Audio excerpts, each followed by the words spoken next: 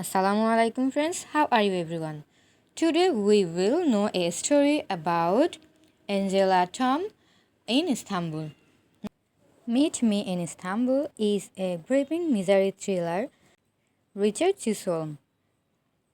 The story follows Tom Smith, a British businessman who arrives in Istanbul expecting to reunite with his fiancée, Angela. But from the start, something feels off. He is told Angela died in a car crash. Yet, clues suggest she is alive and in danger.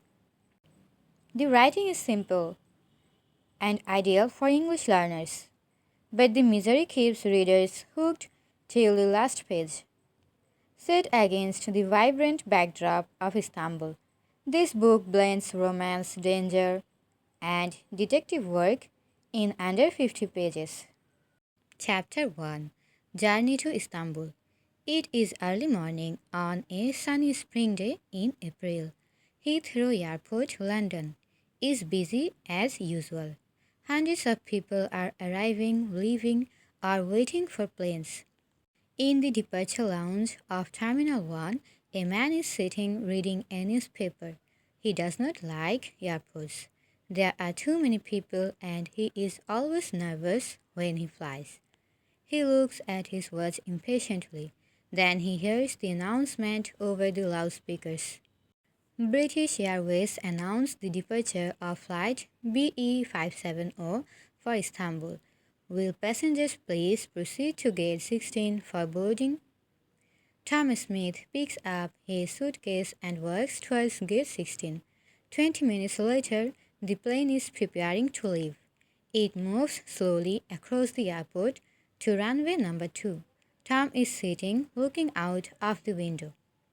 The plane suddenly moves forward, races down the runway, and rises into the air.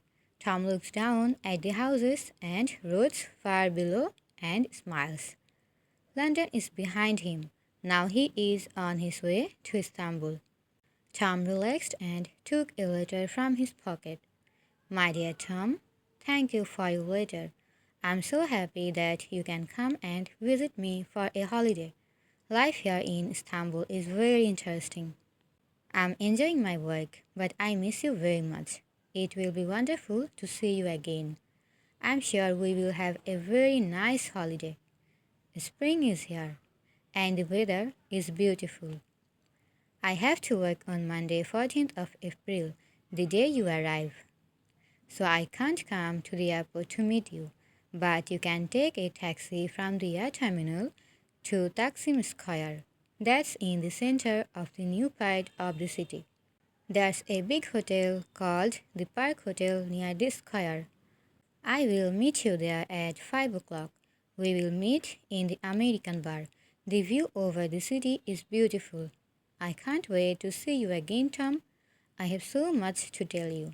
So remember, the Park Hotel, Taksim Square, 5 o'clock. See you on the 14th. Love, Angela. Tom sat for a moment, looking at his fiancée's letter. Then he put it in his pocket. He looked down at the green fields of France as the plane continued its journey across Europe. Have you been to Istanbul before? Said a voice. It was the young man in the next seat. No, I haven't, said Tom. Have you?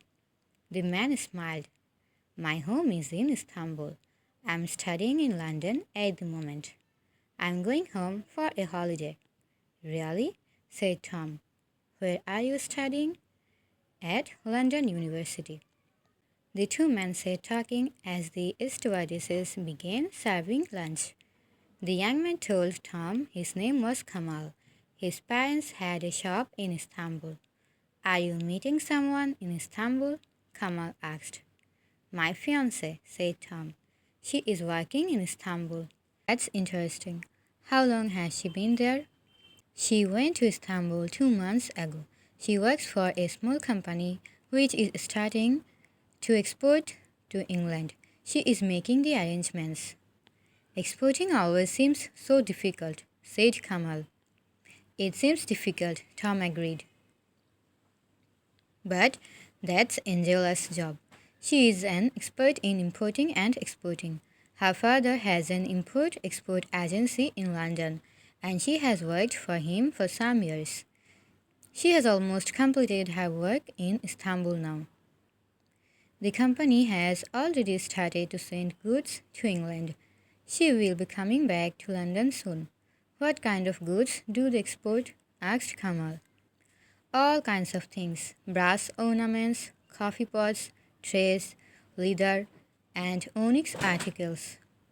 Angela's father thinks these goods will sell very well in England. That's interesting, said Kamal. My parents sell things like that in their shop in Istanbul. The two men went on talking as the plane flew over Italy and Greece towards Turkey. Soon they were descending to ESL Airport, Istanbul. When the plane stopped, Kamal stood up. I hope you enjoy your stay in Istanbul, he said.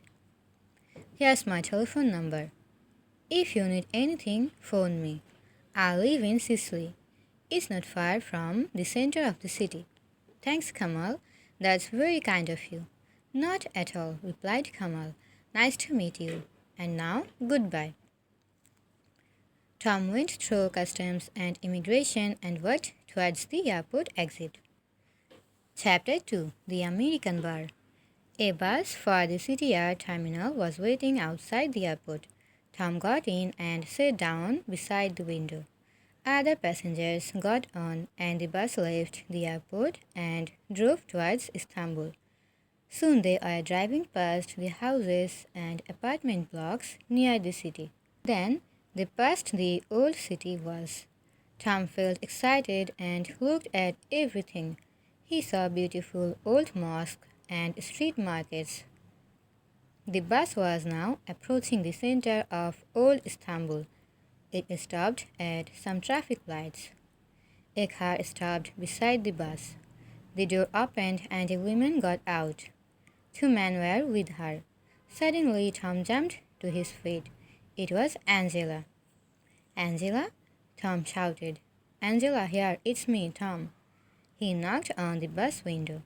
Suddenly, the traffic lights changed and the bus moved forward. Tom ran to the back of the bus. Angela and the two men were going into a building. Angela, he shouted. He stopped. It was too late. The bus was moving quickly down a wide street.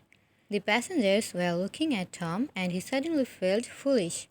He walked back to his seat and sat down. What a surprise, he thought to himself. I must tell her when I see her this evening. Then the bus crossed Ataturk Bridge and Tom looked at the boats on the Golden Horn. Again, he felt excited. The bus arrived at the air terminal at 3:15. There were some taxis waiting there. Tom went up to one. The Park Hotel, Taksim Square, please, he told the driver.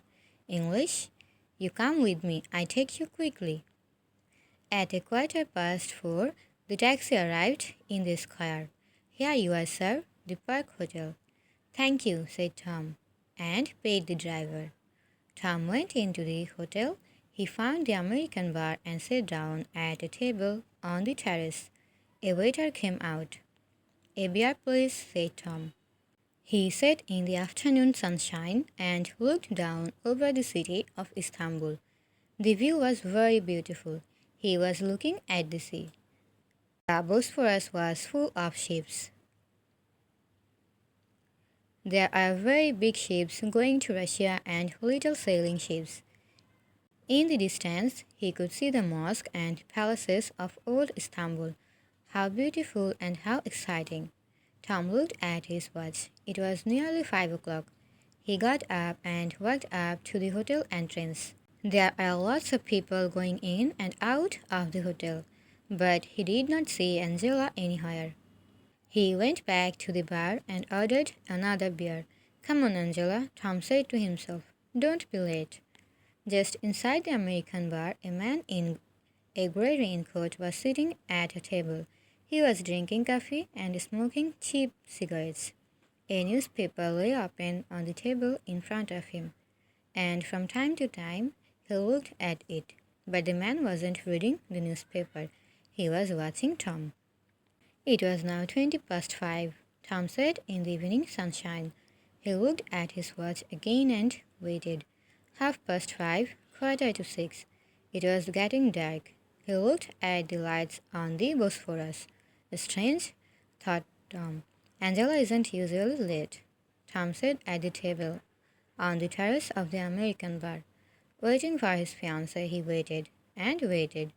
Nobody came. And the man in the grey raincoat sat patiently inside the bar, smoking and watching Tom. "Another beer, sir?"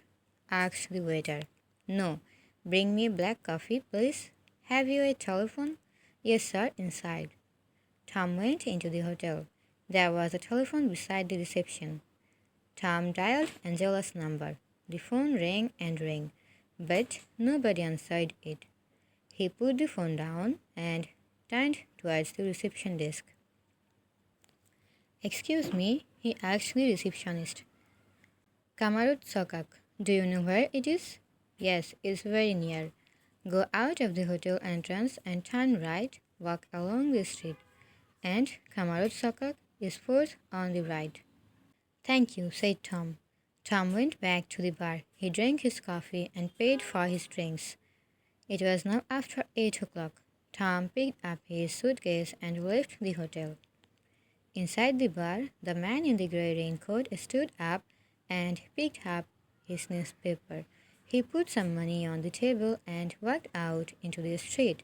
He stood on the pavement for a moment or two, then started walking. Chapter 3. A Shock. Kamarut Sokak was a narrow, quiet street of old apartment buildings. Tom walked along the pavement, looking at the numbers on the doors. There was only one street light, and it was difficult to see. But finally he found Angela's address, number 11. The building had a large glass door. Tom pushed it, but it was locked. There was no bell. He knocked on the door. Nothing happened.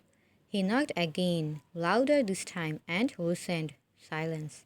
Damn, he thought. He was impatient now, and worried. He stood back in the middle of the street and looked up. There were 5 floors, and all the windows are black. There was no light anywhere in the building. "Angela," he said to himself. "Angela, where are you?" A short distance away, the man in the grey raincoat stood in a dark doorway. He was watching Tom, watching every move he made.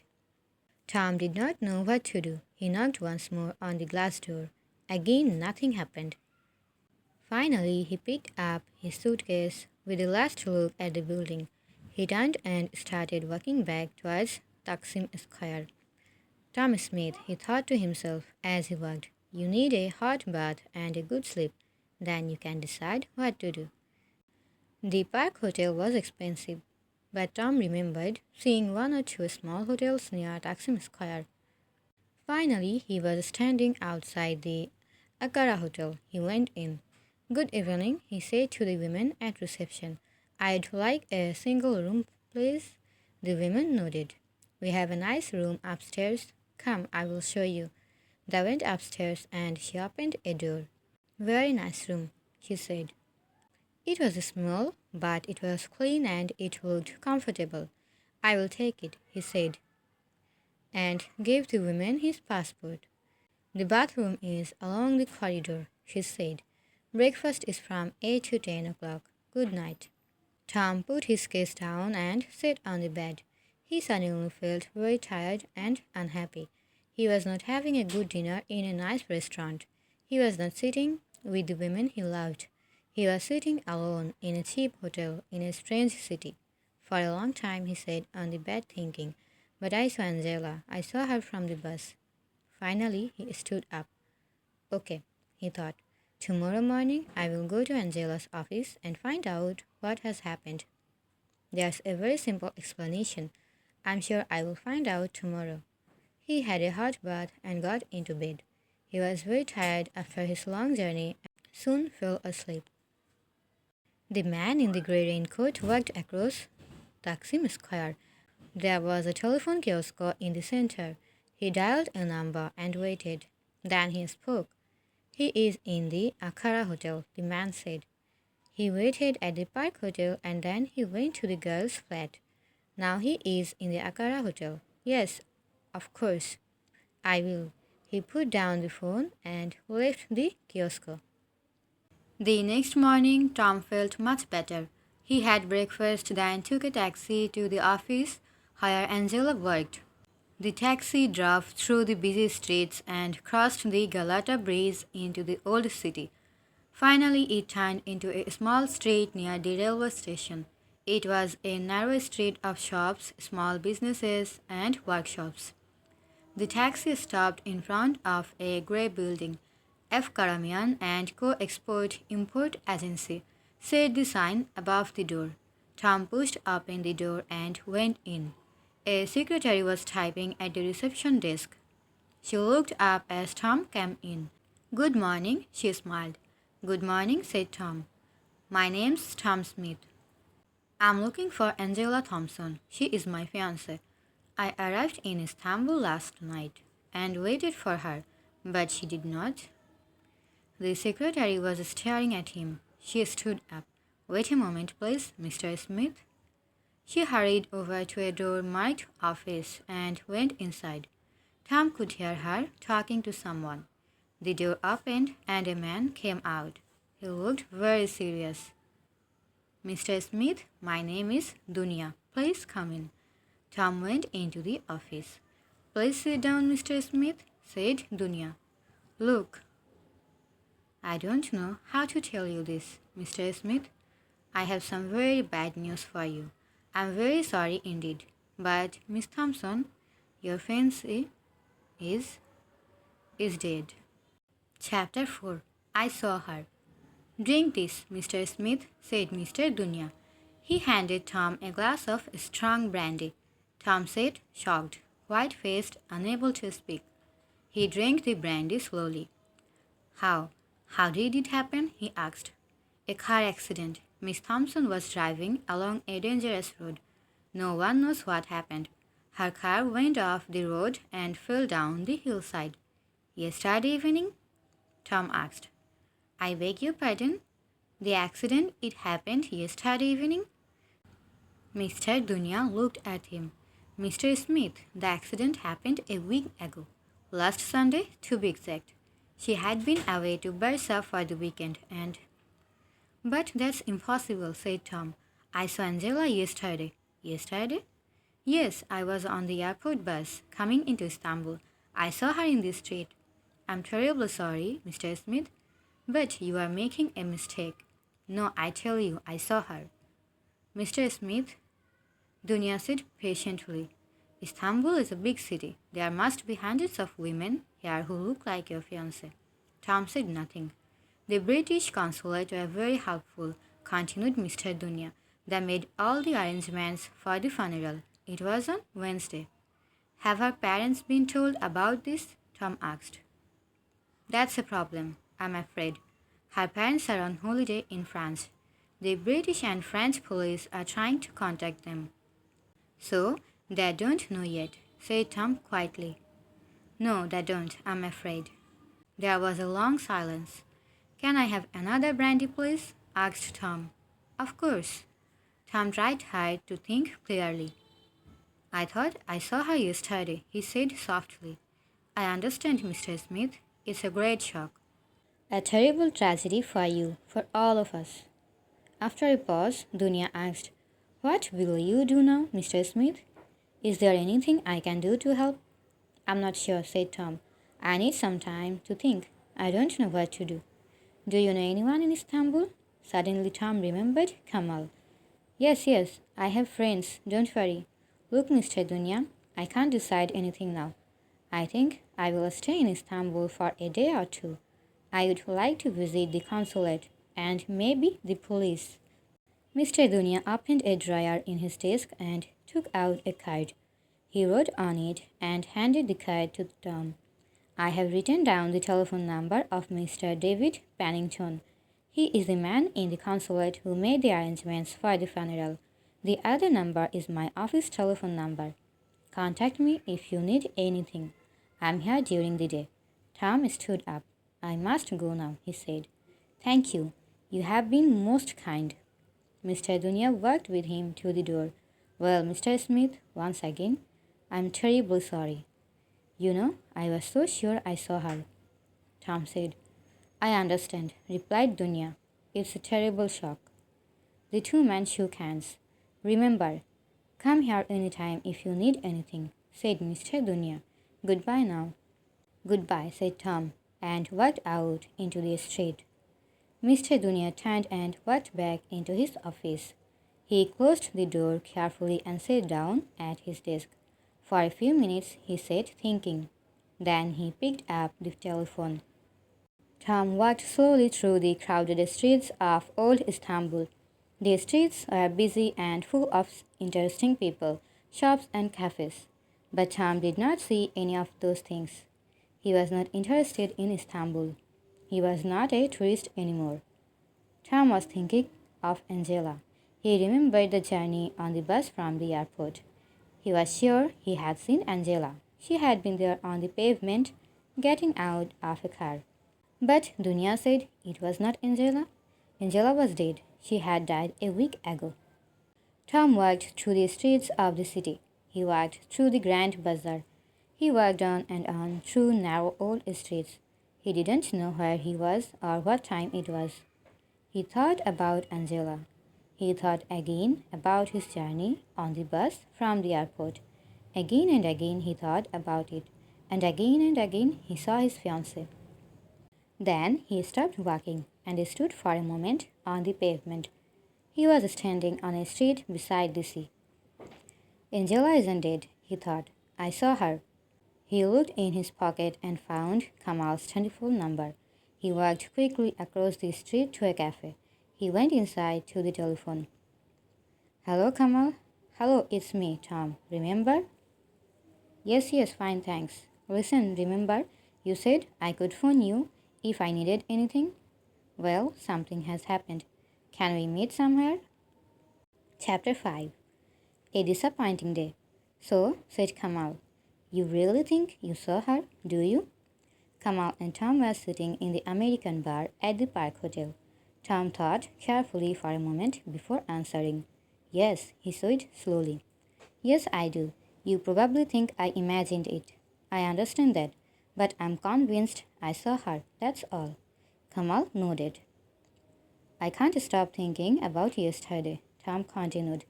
I close my eyes and I can see Angela there on the pavement. I can't forget that. Listen, Tom, said Kamal. We only met yesterday, but already we are friends.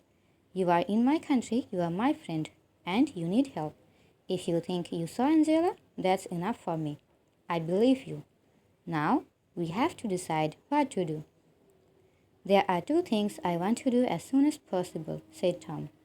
I want to go to the street where I saw Angela. Then I want to go to the British consulate. I have an appointment for this afternoon. Okay, said Kamal. The street where you saw Angela, do you think you can remember where it is?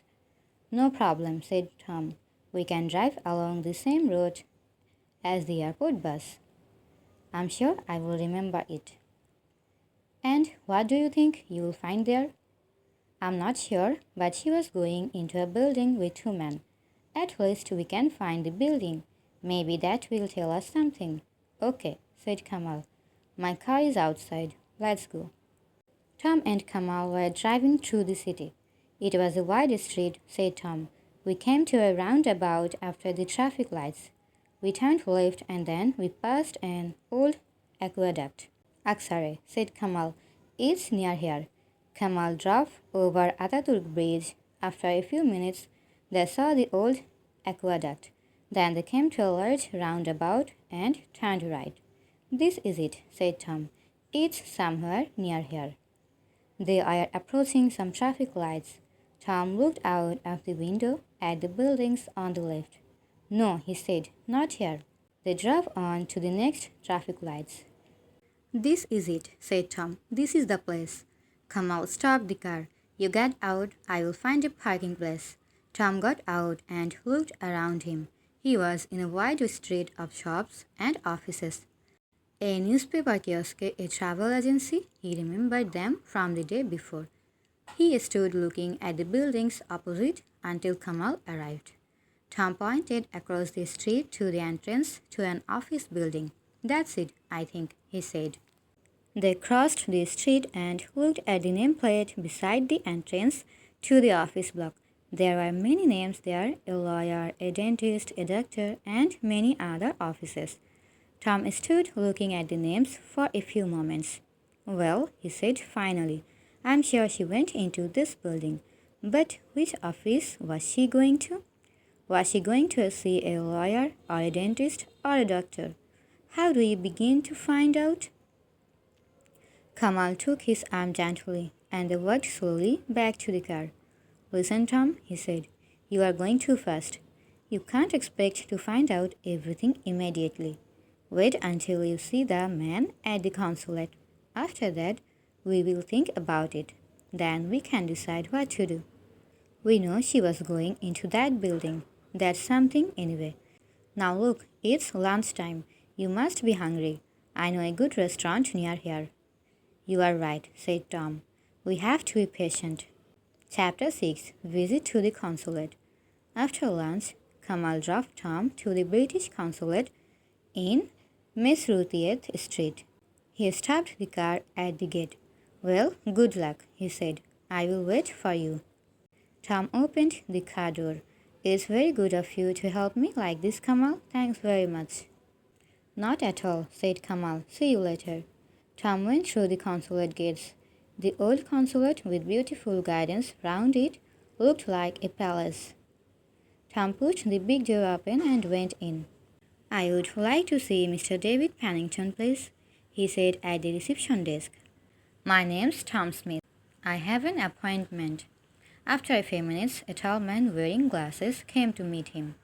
"Mr. Smith, my name's Pennington."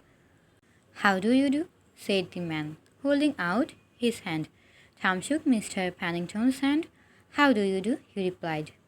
"Come into my office, please, Mr. Smith. Mr. Dunya told me you are coming." They walked up the beautiful staircase of the consulate and went into Mr. Pennington's office.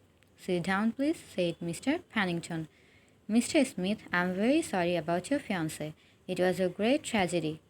Please accept my condolences." "Thank you," said Tom. Mr. Pennington took 2 files from his desk. "This is our report on the accident," he said.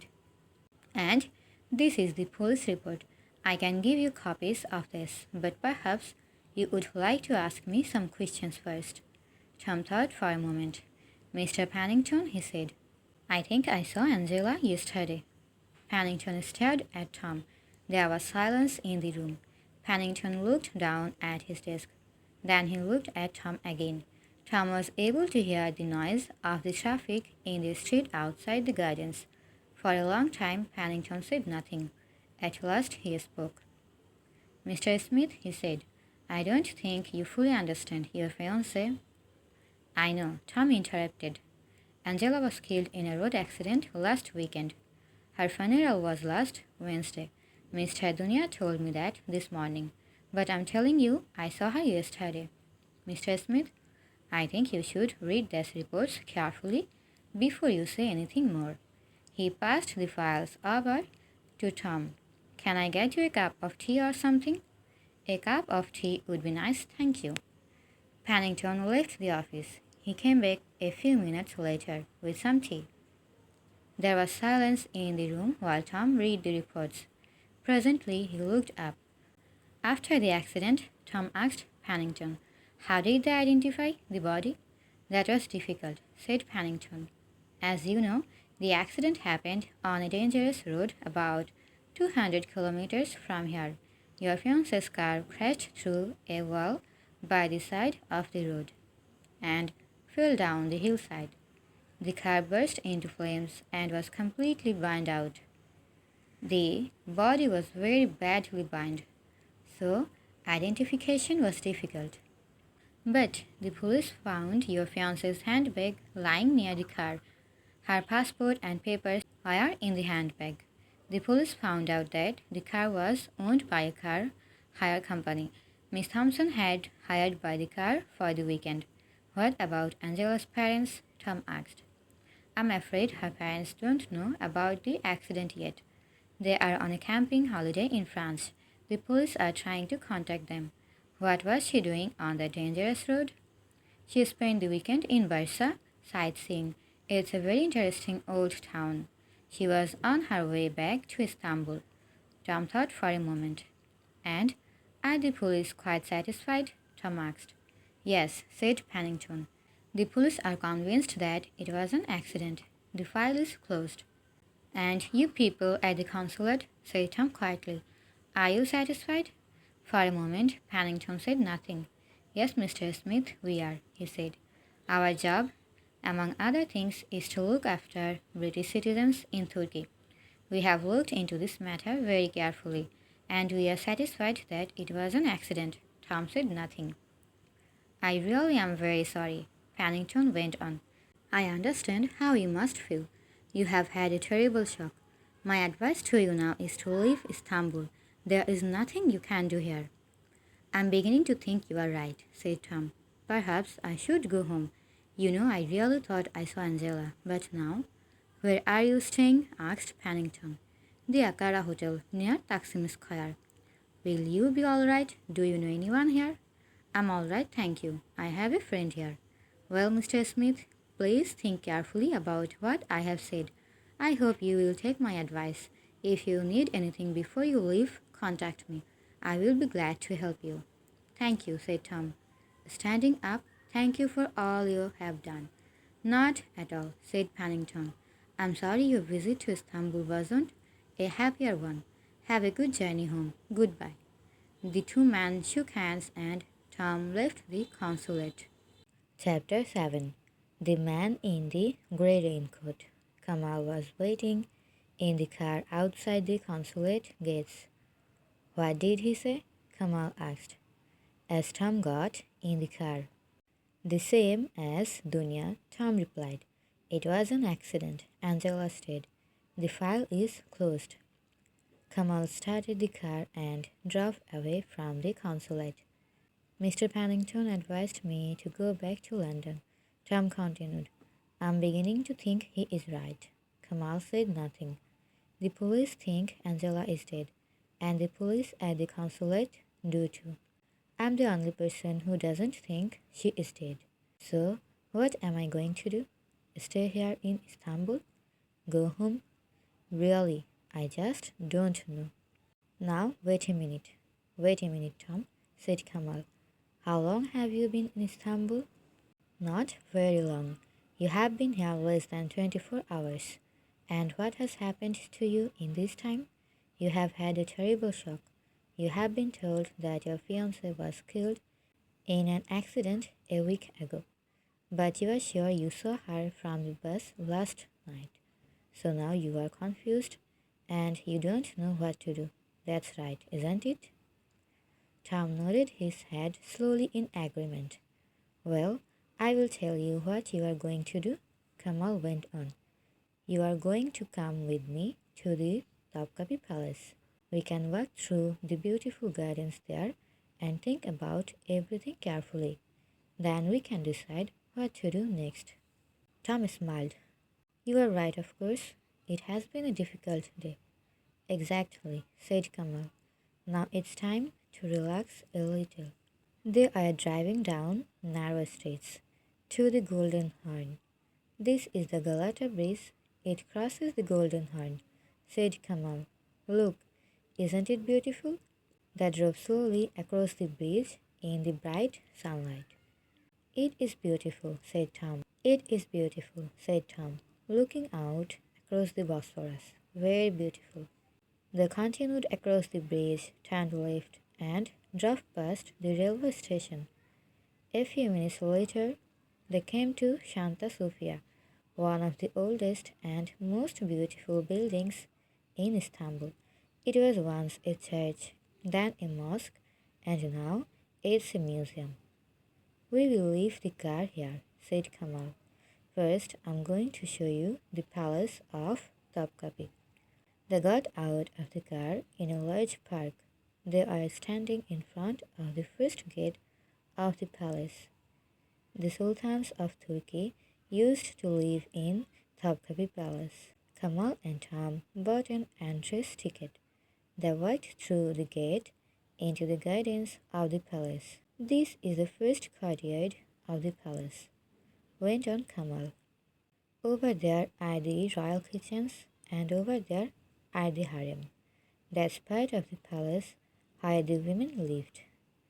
They are walking down a wide path. Kamal looked around and then he took Tom by the arm.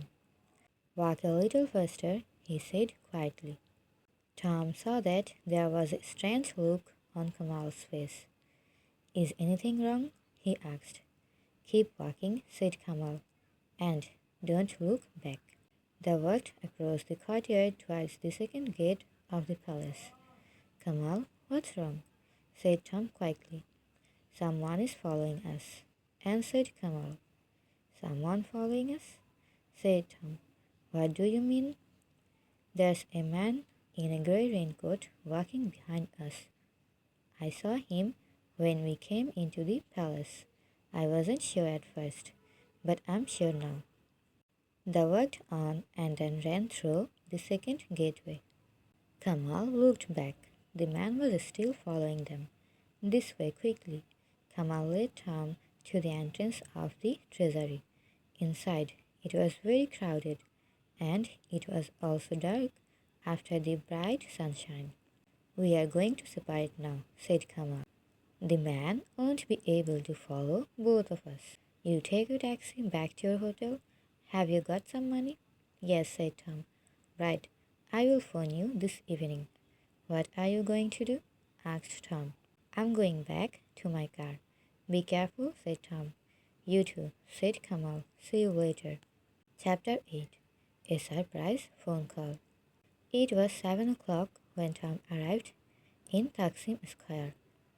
He got out of the taxi and walked towards his hotel. He felt nervous. Was someone watching him? Was someone sitting in a car watching his hotel? He hurried inside. Good evening, said the woman at reception. Good evening.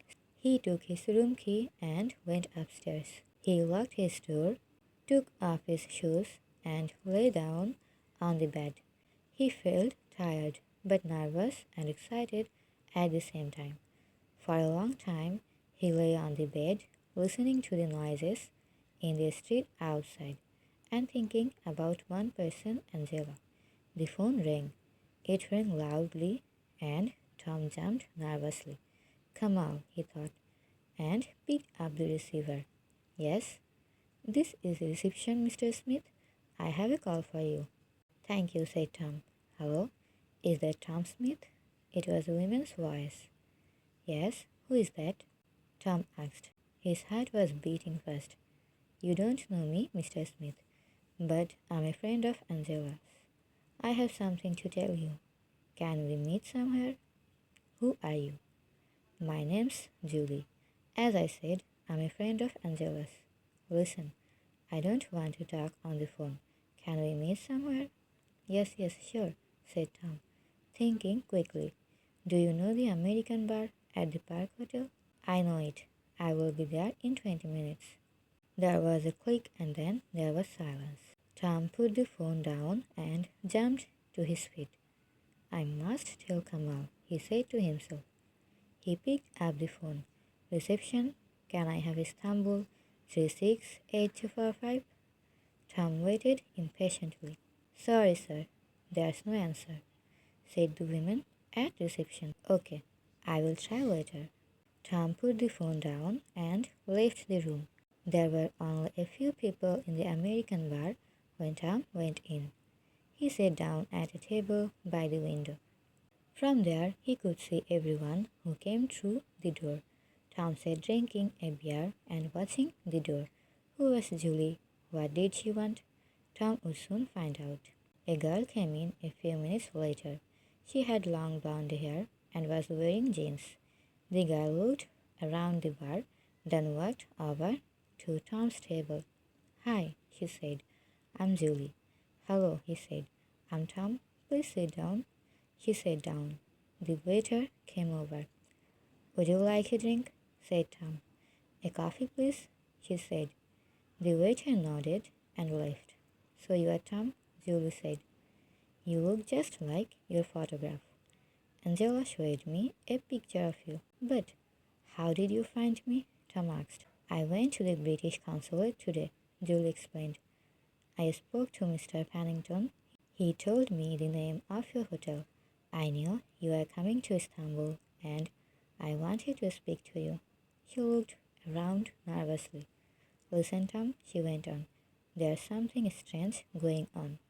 What do you know about Angela's accident? Only what the consulate told me today, said Tom. He told Julie about his conversation with Mr. Pennington. And are you satisfied? She asked. Tom looked at her. Tell me what you think, he said slowly. All right, said Julie. Let's start at the beginning. Angela came to Istanbul 2 months ago. I met her at a party soon after she arrived and we became good friends. At the beginning, she was happy. She enjoyed her job. She liked working for her boss. Dunya? That's right. Everything was fine. I saw her quite often. We used to have lunch together and go sightseeing. And then, 2 weeks ago, something happened. Angela seemed worried about something. Something to do with her work. I asked her what was wrong, but she didn't want to talk about it. Then, one lunchtime, we were together in a restaurant and suddenly Dunya came in. The moment she saw him, she became nervous. I think she was afraid of him. Go on, Tom said. Well, I don't know anything else. She never told me what she was worried about. I saw her a few more times and then she had the accident.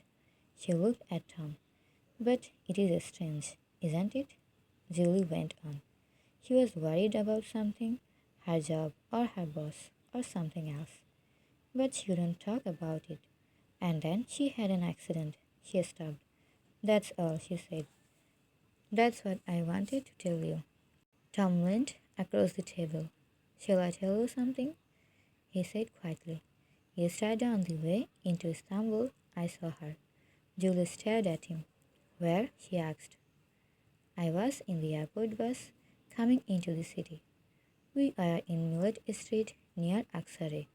Angela was going into a building with 2 men. What do you mean? Going into a building? Which building? Well, I don't know. There are a lot of offices in the building. I went there today. There was a dentist and a doctor.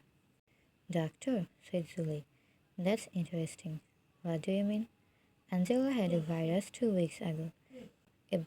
She was getting pills from a doctor. That explains it. She needed more pills or treatment. She was going to a doctor. Tom thought for a moment. So that's where she was going, he said. To the doctor's.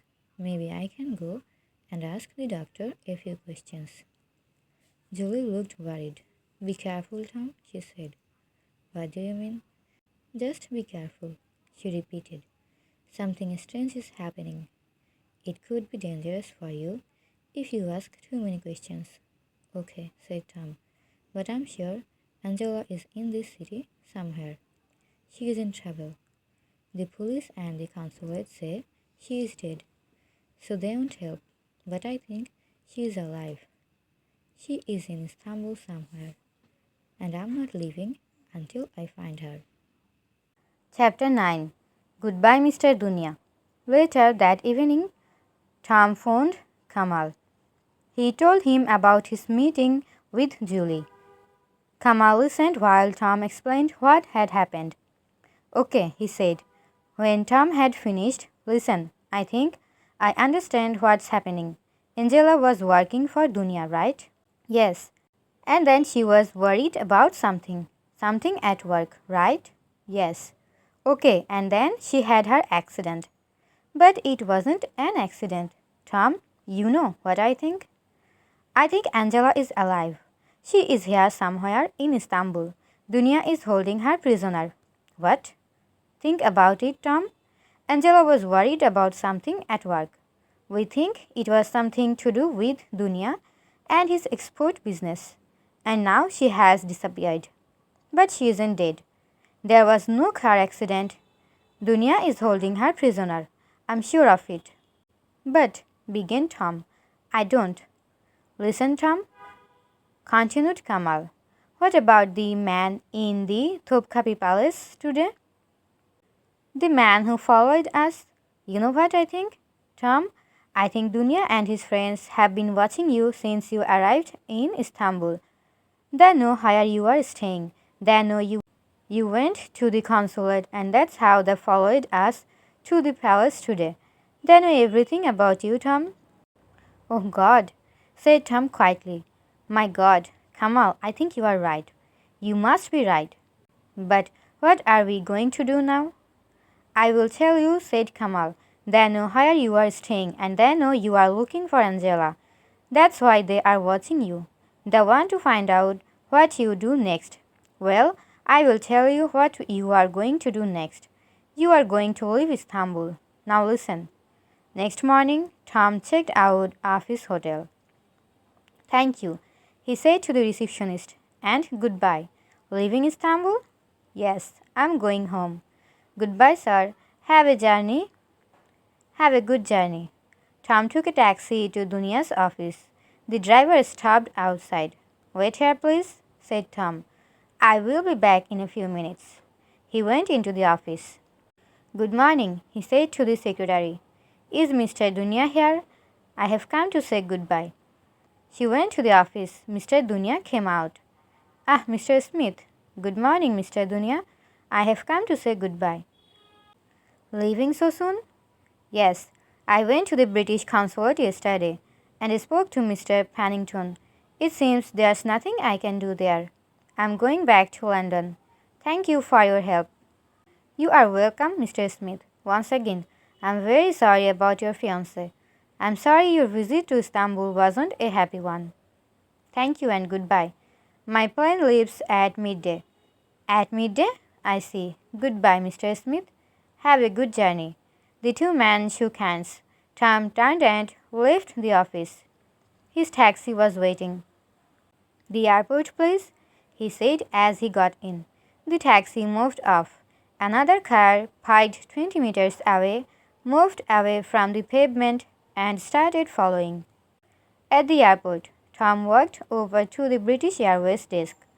He asked about the flight to London, but he did not check in. Then he bought a newspaper and sat down to wait. He looked round the busy airport. Somewhere among all these people, he thought someone is watching me. He opened his newspaper and started reading. Then there was an announcement over the loudspeaker. British Airways announced the departure of the flight TK979 for London. Will passengers please proceed to gate 6 for boarding? Tom picked up his things and walked towards passport control. There were lots of people at the entrance to passport control. Tom went into the crowd of people and moved towards a large man whose relatives were saying goodbye. Suddenly he turned and went into the man's toilet. In the toilet he took off his jacket and started to wash his hands and face. No one followed him into the toilet, and there was another announcement. British Airways flight TK979 for London. This is the final announcement. Will passengers please proceed immediately to gate 6? This gate is now closing. Tom heard the announcement but did not move. He looked at his watch and smiled to himself. The man in the grey raincoat walked over to the telephone kiosk and dialed a number. Hello? I saw him leave. Yes, he is on the plane. The man put the phone down and walked away towards the exit. Half an hour later, Tom was in a taxi on his way to Kamal's flat in Sicily. Kamal opened the door. Hello, Tom. He smiled. Everything okay? No problem, smiled Tom. I went into the crowd at passport control. Then I hid in the toilet at the last minute. Well done. Dunya and his friends will think you have gone back to London. Now we can stay here in my flat and we can start looking for Angela. And we know how to start, don't we? Yes, Dunia's office, replied Kamal. Chapter 10. An important discovery. Kamal and Tom had something to eat. Then they sat down and made their plans for the evening. We will watch Dunia's office this evening, said Kamal. When he comes out, we will follow him. Then we will find out where he lives. Won't that be dangerous for me? Asked Tom. He knows me, remember? What if he sees me? Kamal smiled and stood up. I have thought about that, and I have got just what you need. Look. Kamal opened a drawer. Put this on, he said. A wig? Said Tom. And a false mustache too. Go on, try them on. Tom put on the wig and mustache. He looked in the mirror. No one will recognize me now, he laughed. Not even my own mother. Good, said Kamal. And if you also wear dark glasses, you will be completely disguised. It was 7 o'clock and the shops and small businesses in the quiet street are closing. Tom and Kamal sat in the car waiting patiently. He will be leaving soon, said Tom. Farther down the street, they could see the entrance to Dunia's office. They sat in silence, watching. Time passed slowly. 7, quarter past, then suddenly, there he is, whispered Tom. That's him. Dunia came out of his office and locked the door carefully behind him. He looked along the street, then walked over to a grey Mercedes car and got in. The Mercedes moved away from the pavement and drove along the street. It turned right onto the main road. Let's go, said Kamal, and drove down the street.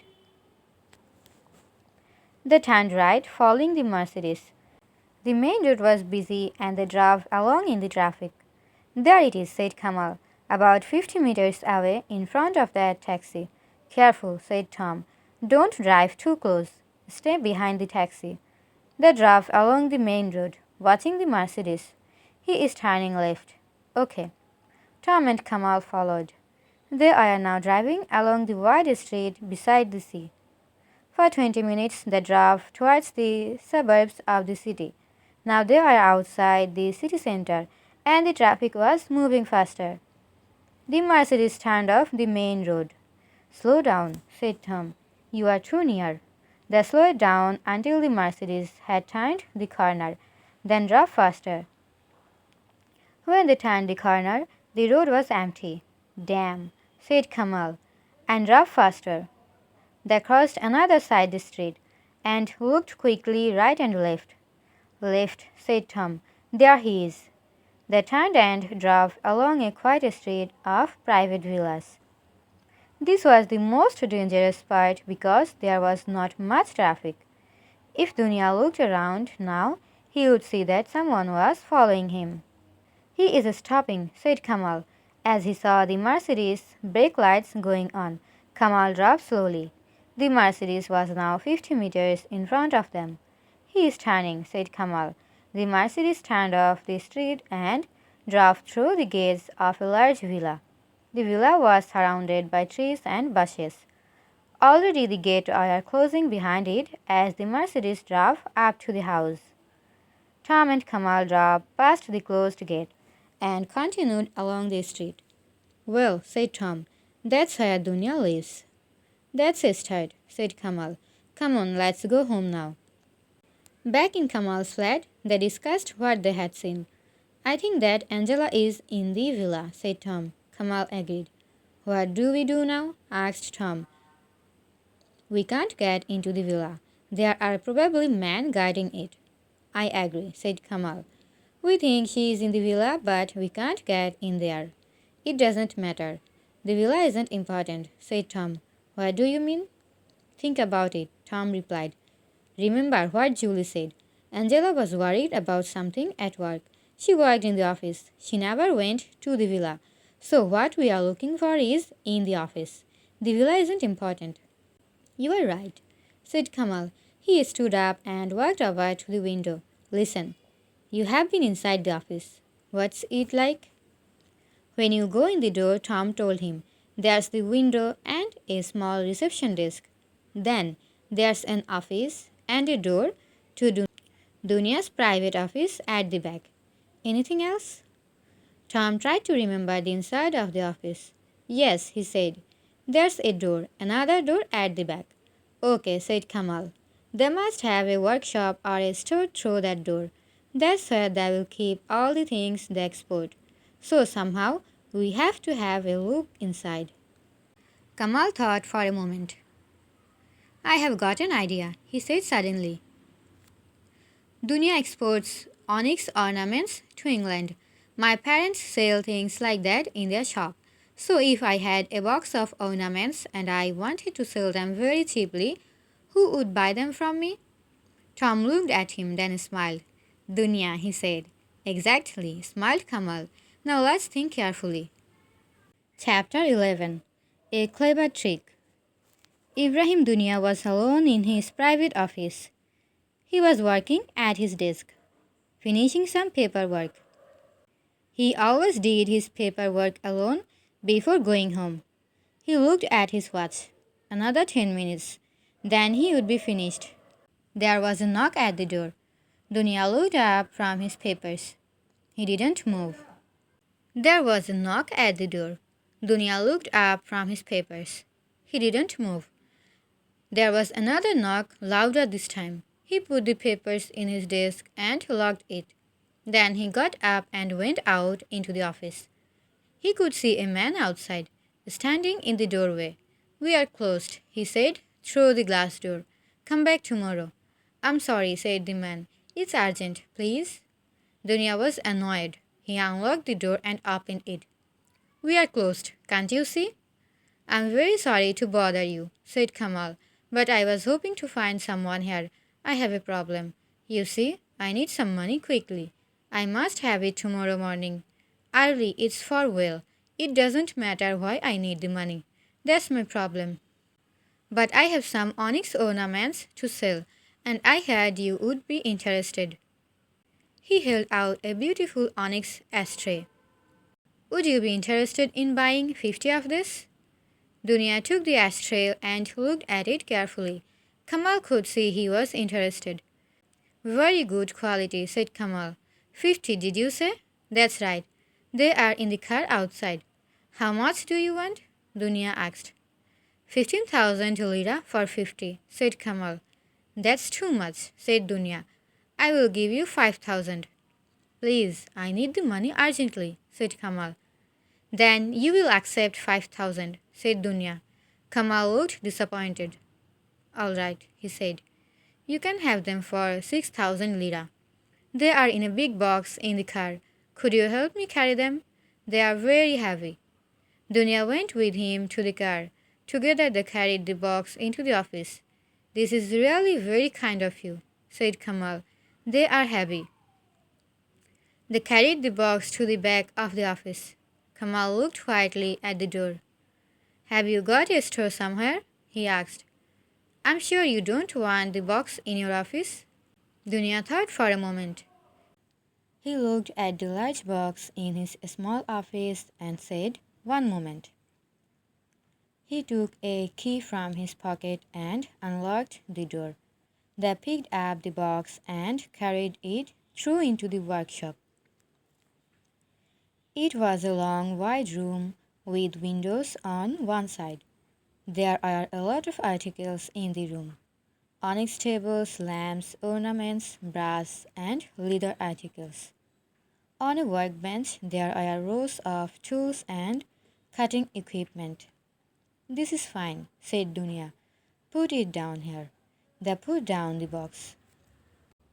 Dunya took out his wallet. 6,000 lira, he said. At that moment, the telephone in his office rang. Dunya looked annoyed. Excuse me one moment, he said to Kamal. He went back to his private office. Kamal looked at his watch and smiled as Dunya disappeared through the door. Quickly he looked round the workshop. There was a door at the other end. He looked out of the windows. Outside there was a small courtyard, and at one end of the courtyard a wall 2 meters high. On the workbench at the end of the workshop, there are several onyx table lamps. Kamal looked quickly at them.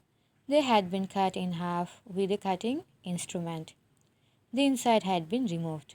Kamal looked closely. Suddenly Kamal heard Dunya say goodbye. He turned quickly away from the workbench. Sorry to keep you waiting, Dunya said as he came back in.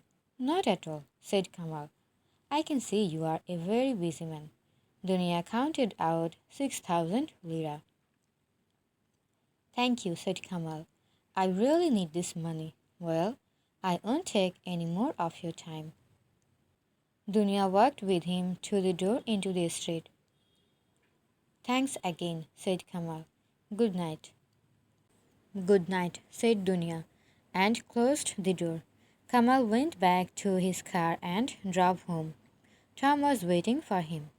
Did it work? He asked, as Kamal came into the apartment. Perfectly, smiled Kamal. My brother phoned just at the right moment. When we were in the workshop, Dunya believed my story too, and he gave me a very low price for the onyx. What did you see in the workshop? Kamal looked serious. Well, not very much. I'm afraid it's just a workshop or a store. There are lots of onyx and leather articles, brass and tools. And there are some onyx lamps being repaired, I think. But there's a courtyard outside and another building opposite. I'm sure that it belongs to Dunya. And more important, there's a wall at one end of the courtyard, which isn't too high. Meaning? Meaning that it wouldn't be too difficult to climb over it. Chapter 12 Disaster. The next morning after breakfast, Tom and Kamal sat looking at a street map of Istanbul. Look here, Kamal said. He pointed to a small street. Dunya's shop is in this street. Now, look at the street behind his shop. We will have to find a way into the courtyard from that side. Do you know that part of the city? Asked Tom. Not very well. As far as I remember, there are only offices, warehouses, and workshops there. At night it will be quiet. But we will have to be very careful. Okay, we will do it tonight, said Tom. They left Kamal's flat in Sicily at 10 o'clock and drove across the city to Dunya's shop. They parked the car 2 blocks from the workshop. There are not many street lights there and it was dark. Come on, said Kamal. We must walk from here. They walked along the dark streets. They are both wearing dark clothes. They came to the street which ran behind Dunya's workshop and courtyard. You see, said Kamal quietly. Only offices, warehouses, and workshops. Nobody lives in this street. The courtyard must be up this alleyway, behind those buildings. They looked up and down the dark street. No cars, no one inside. Let's go, whispered Kamal. They walked quickly up the alleyway. Tom's heart was beating fast, his mouth dry with fear. They stood behind one of the warehouses, beside the courtyard wall. Somewhere in the distance, a dog barked. Help me up, whispered Kamal, quietly. Tom stood with his back against the wall. He held his hands together. Kamal put his foot in Tom's hands and reached up. Okay, Kamal whispered. Kamal looked carefully over the wall. The courtyard was empty. Kamal pulled himself up and said, on top of the wall, give me your hand, whispered Kamal down to Tom. I will pull you up. Tom reached up, Kamal took his hand and pulled. Tom put his other hand on the top of the wall and climbed on to the wall beside Kamal. Kamal dropped silently to the ground in the courtyard. Suddenly, there was a noise. It came from inside the workshop. Kamal pointed to the side. They hurried silently over to the wall. and waited. Another noise. A door opened and closed inside the workshop. A light came on in the workshop and shone out across the courtyard. Tom and Kamal stood frozen against the wall. They expected a door to open and men to run out into the courtyard, but nothing happened. They heard people talking and moving about inside. Kamal put his mouth close to Tom's ear. "This is our only chance," he whispered. "We have to try to see what they are doing in there." They moved very slowly towards the window. It was so quiet that Tom could hear his heart beating. At last, they are going to find out what was happening. There are some men in the workshop. One of them was working with an onyx table lamp. The lamp had been cut in half. He put a small plastic bag inside the lamp. Then he fixed the two halves of the lamp together again. Tom looked at all the onyx and brass ornaments, the cutting tools, the pile of plastic bags on the table. Suddenly he understood what was happening. Ornaments for export to England, and inside the ornaments, a film. "So that's it," he whispered to Kamal. "They are smuggling drugs in the ornaments." Tom stepped back from the window. Perhaps he was excited by what he had seen. Perhaps he forgot where he was. But suddenly he put his foot on a stone and slipped. He put out his hand and knocked against a piece of wood. The piece of wood fell to the ground with a loud crash. A light came on, a door opened, and men rushed out. "Run!" shouted Kamal. "Stop!" shouted a man. "Catch them!" Seconds later, Tom and Kamal were at the wall. They jumped, but Tom was too slow. One of the men caught his legs and pulled him to the ground. Kamal tried to help Tom. Then it was too late. The other man jumped up and pulled him back into the courtyard. A few seconds later, it was all over. Tom and Kamal were prisoners. Chapter 13. Journey into Danger. "This way, hurry up," said one of the men, pushing Tom and Kamal towards the door of the workshop. "Get inside," said the man. Tom and Kamal stepped inside and stopped, shocked. Dunya was standing in the workshop. He had a gun in his hand. For a few seconds he stared at them silently.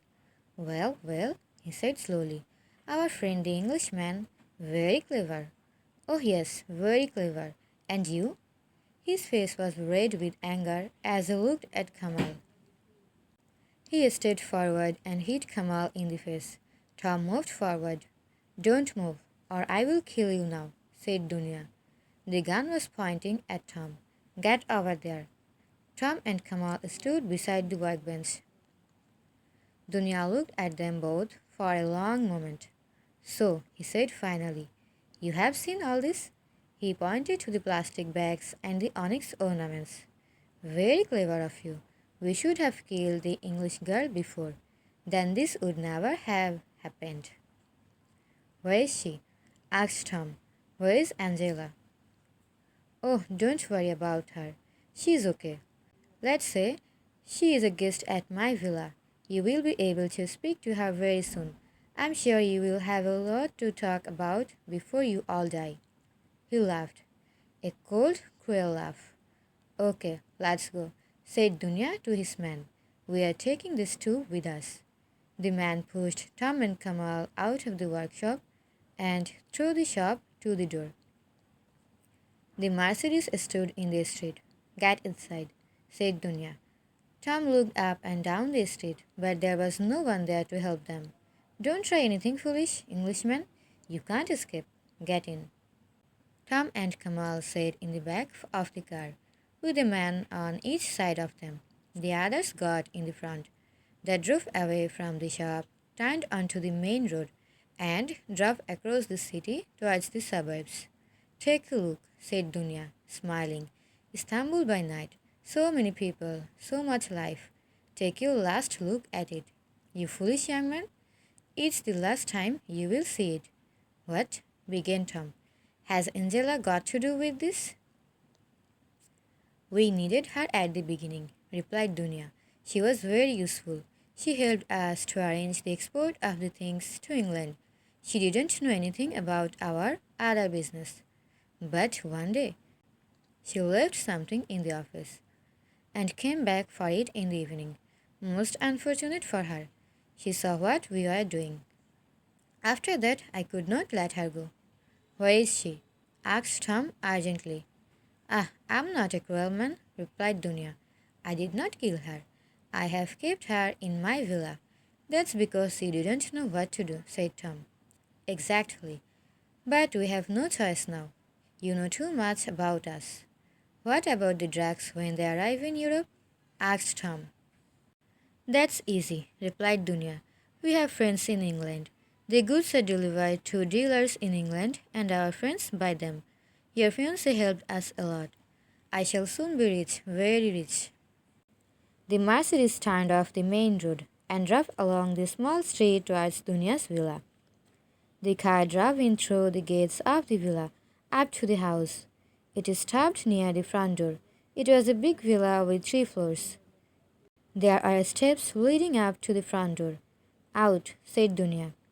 They got out of the car. There was one small light above the front door of the villa. The rest of the house was in complete darkness. Tom looked around. He was looking for a way to escape. Dunya saw him. If you try to escape, I will shoot you, he said. Now get inside. They started walking up the steps to the front door. Stop, shouted a voice. Suddenly, a blinding light came on. The garden of the villa was full of men running towards them. For a second, Dunya stood frozen on the steps, shocked. Then he ran towards the door. It opened suddenly and 2 men jumped out. They had guns pointing at Dunya. Stop! This is the police. Stop or we will shoot. Dunya dropped his gun and slowly put his hands above his head. His man did the same. The police, said Kamal. We are safe. At that moment, the door of the villa opened and a girl ran out. Tom! She shouted. Tom. Tom turned round quickly. Angela? For a long time they stood, unable to speak, holding each other. Oh, Tom, said Angela. You are here at last. He looked into her eyes. Angela, my love, he whispered. Are you all right? Oh, yes, I'm all right. I'm fine. The police came here to the villa about an hour ago. We knew you are coming. The police are following you. Oh, Tom, I was so worried that Dunya would kill you. Oh, said Tom suddenly. Angela, I want you to meet a very good friend of mine. He turned and smiled at Kamal. Angela, this is Kamal. Hello, Kamal. Nice to meet you, said Angela. Hello, he said. I have never met you before, but I feel I know you very well. They laughed. Kamal has been wonderful, said Tom. Without his help, we wouldn't be here now. Oh, I only helped you a little, said Kamal. A little? Said Tom. They watched as Dunya and his men were taken to the police car.